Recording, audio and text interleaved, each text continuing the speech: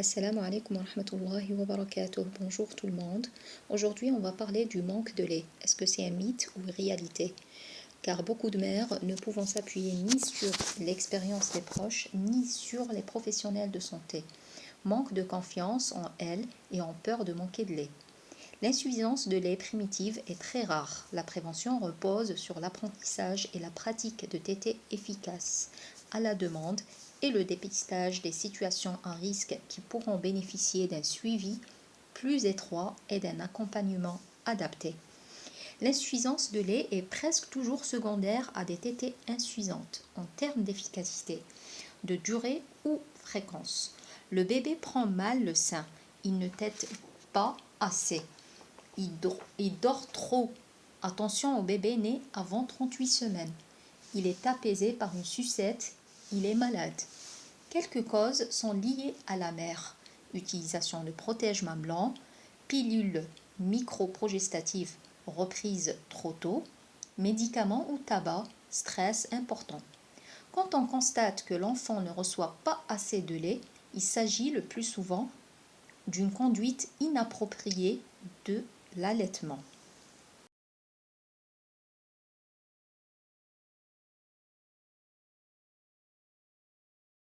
Dans cette situation, le diagnostic le plus probable est celui d'un transfert de lait insuffisant lié à plusieurs facteurs, comme l'insuffisance de stimulation aréolaire due au protège-mamelon et à la mauvaise position du bébé, tétée trop peu fréquente et courte.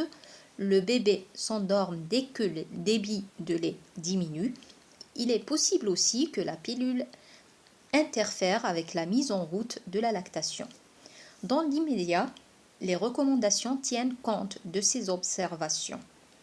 Premièrement, être attentif aux signes d'éveil du bébé pour proposer une tétée avant les pleurs environ toutes les 2 heures le jour, le réveiller si besoin, donner au moins une tétée la nuit en gardant le bébé à portée d'oreille. Deuxièmement, être attentif à la position du bébé au sein pour assurer la meilleure prise du sein possible. Troisièmement, apprendre au bébé à prendre toutes ses tétées au sein sans protège-mamelon.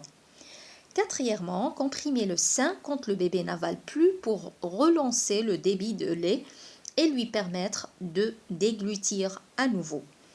Cinquièmement, pratiquer la superalternance pour stimuler le bébé à téter efficacement, c'est-à-dire changer de sein quand, malgré la compression du sein, il n'avale plus de lait.